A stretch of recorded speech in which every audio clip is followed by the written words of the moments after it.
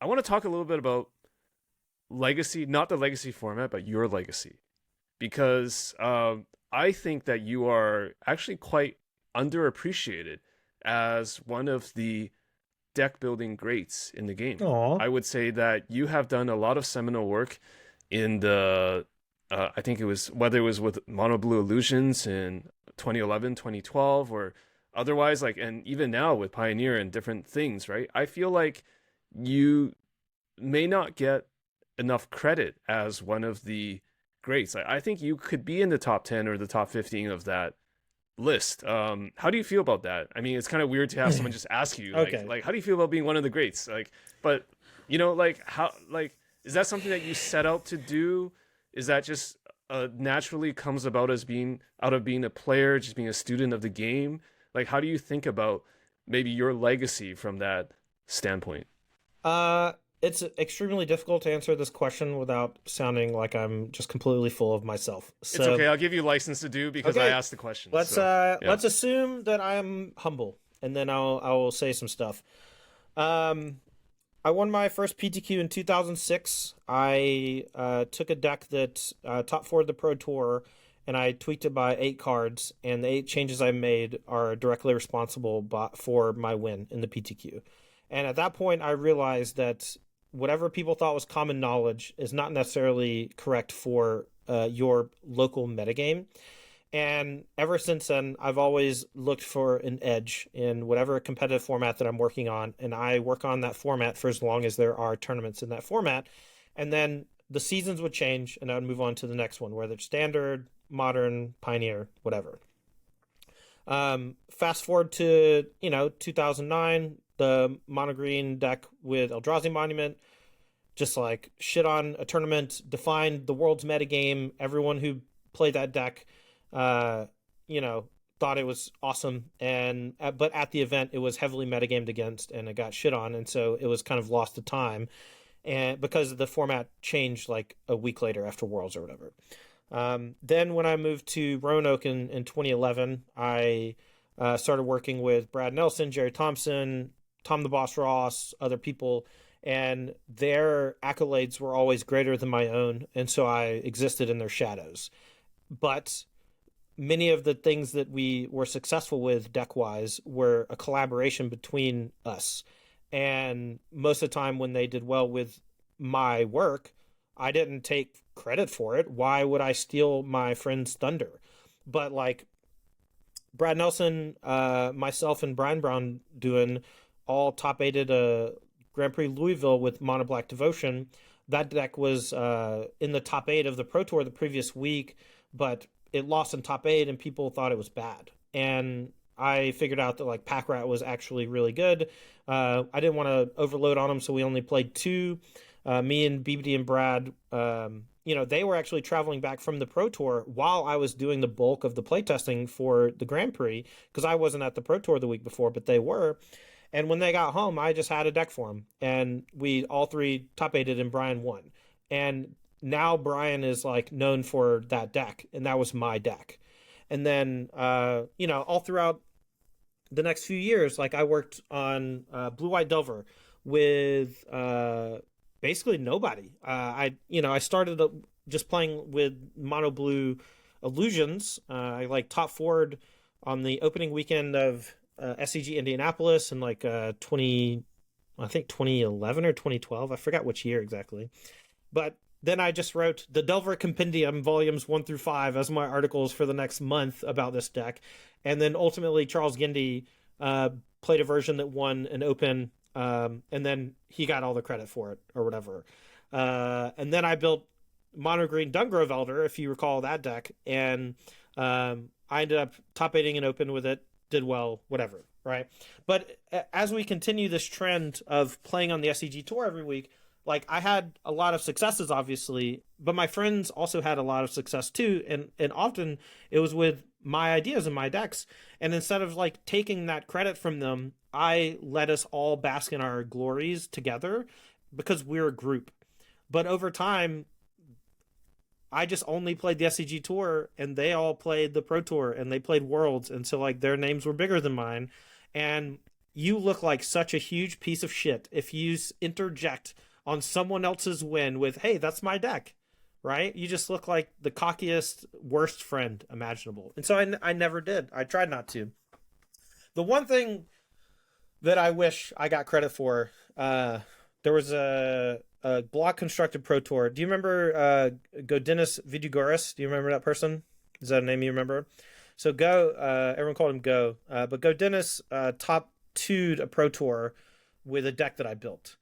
And I got no credit, and Sam Black got all the credit for it because Jerry Thompson had gifted them a playtest deck of ours that he liked as like a friend showing, and then Go played the deck and made it to the finals, and I got nothing. And Sam got the credit for that. Sam got the credit for a lot of decks, and he built most of them.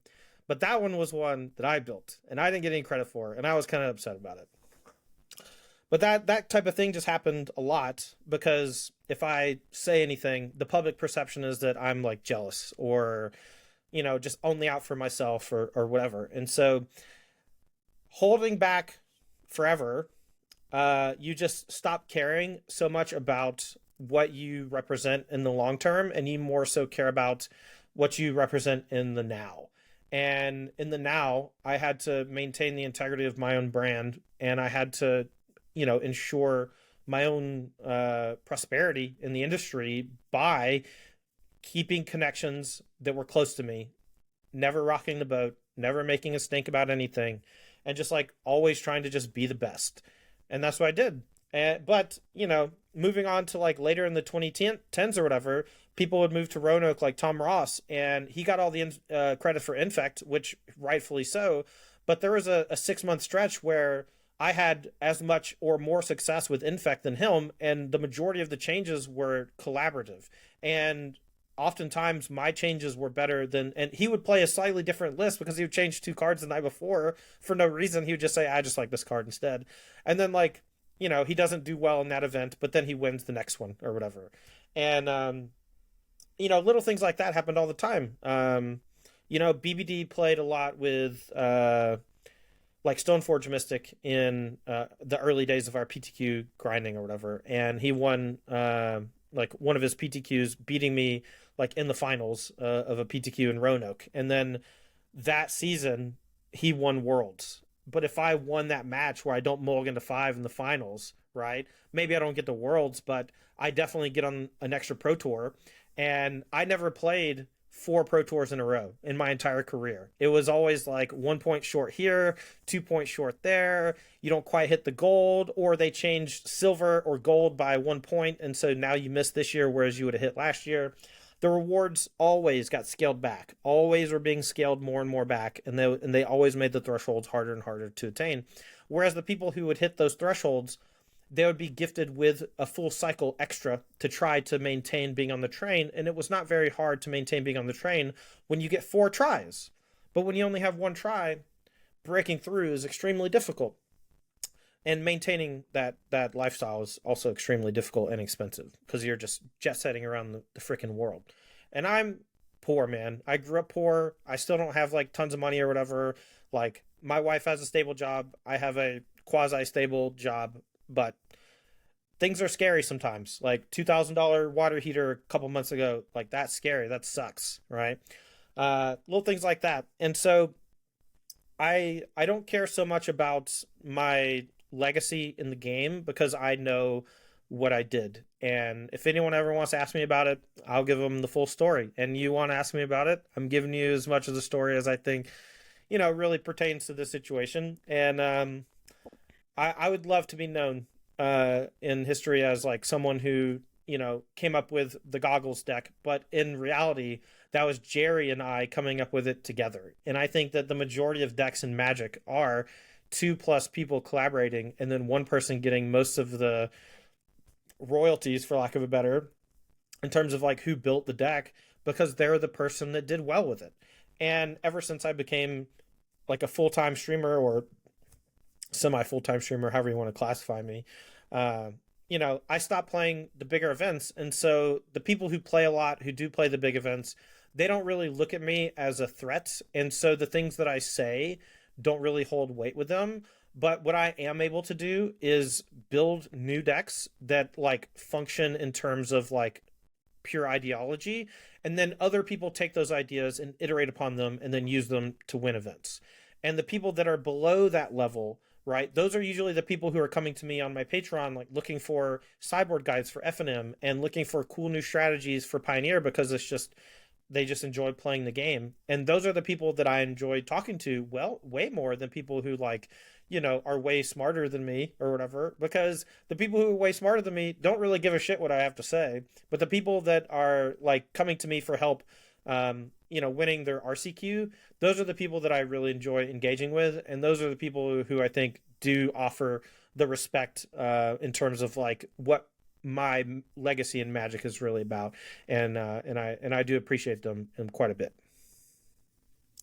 I'll tell you what, Todd, as I was asking the question, I knew that it's just a challenging thing because the whole concept of deck creator and attribution and someone winning with a deck versus contributing to a deck, even things like you said, like when Willie told you about Eldrazi Monument, like does that credit belong to him? Does it Right. belong to the person who made it Right. into a streamlined 75? Does it belong to, does the credit go to the person who wins the Pro Tour with it? But I think the important thing here is that, as you said, you know what you did.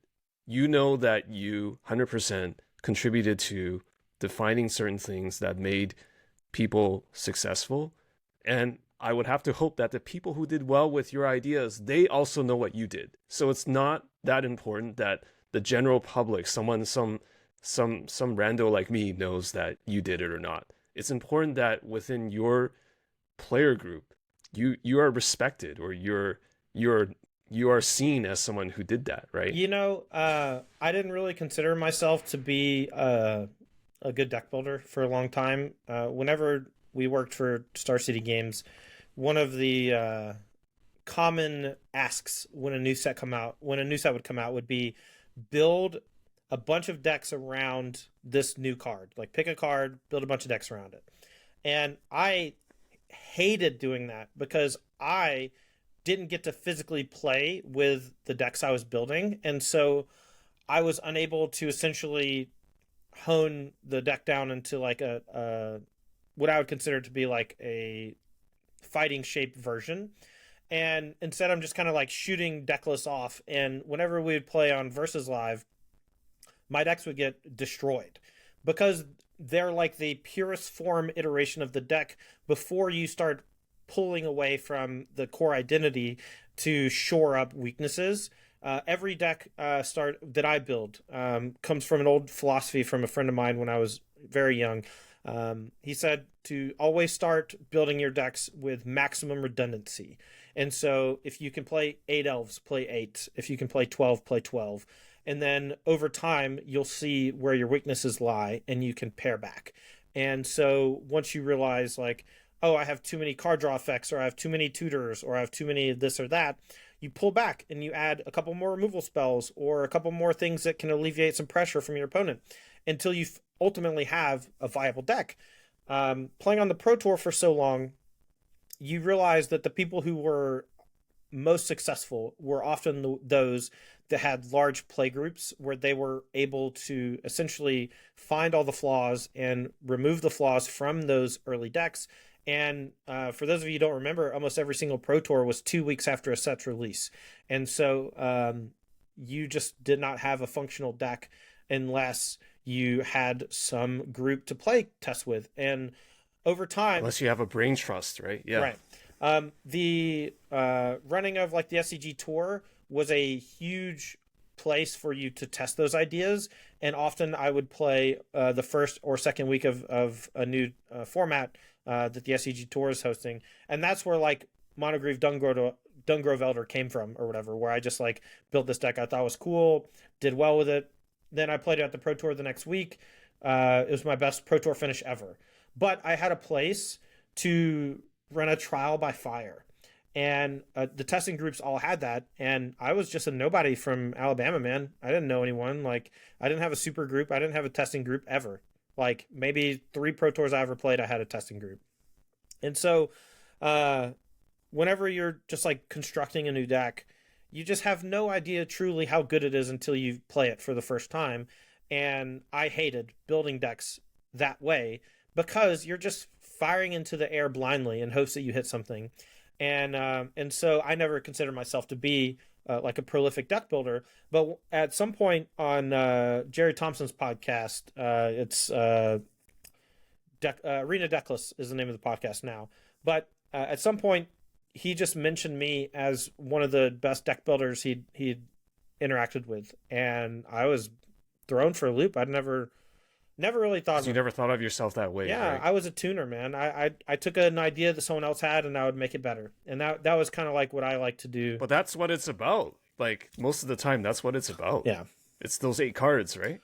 Yeah, but it's just like you said, man, I just never really thought of myself like that because I was rarely the person that was like, oh, this 2-card combo, this is the messed up thing. Nowadays, though, when I'm brewing on stream, that's all that I like to do. That's all that I'm trying to do is find Tyvar plus Priest of Forgotten Gods. I'm trying to find Rona plus Retraction Helix Mox Amber. And more recently, someone on Twitter was just like, hey, this Wild Growth Walker plus Amalia combo is pretty insane.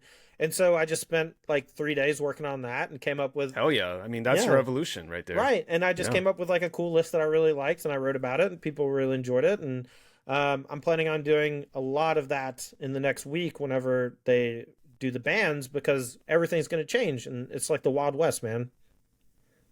So you still find joy in the game in your own ways. Like you're evolving as a player, and you're learning still. You're still a student, it sounds like. Taking inputs from the community. Absolutely, man. Playing on stream, building decks by myself, showing them to the world, and then other people having success with them. There's like not really a better feeling. I don't know.